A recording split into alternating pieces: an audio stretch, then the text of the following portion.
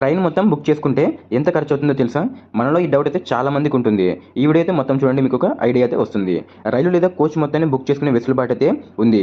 ఒకే కుటుంబానికి చెందిన వారు, విద్యా సంస్థలకు చెందిన స్టూడెంట్స్ టూర్‌కి వెళ్తున్నప్పుడు రైలులో ఒక బోగీని అవసరం ఉంటే మొత్తం రైలును కూడా బుక్ చేసుకోవచ్చు. ఈ తరహా బుకింగ్‌ను ఫుల్ టారిఫ్ రేట్ బుకింగ్ అంటారు. ఎఫ్‌టీఆర్ సేవల కింద ఒక కోచ్ మొత్తం లేదా ట్రైన్‌ని బుక్ చేసుకునే అవకాశం ఉంది.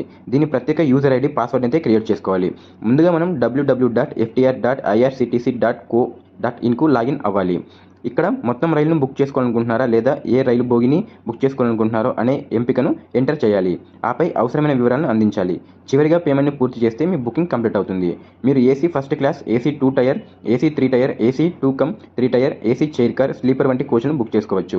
భారతీయ రైల్వే నిబంధనల ప్రకారం మీరు ఒక కోచ్‌ని బుక్ చేయాలనుకుంటే 50,000 వరకు సెక్యూరిటీ డిపాజిట్‌ని అయితే కట్టాలి.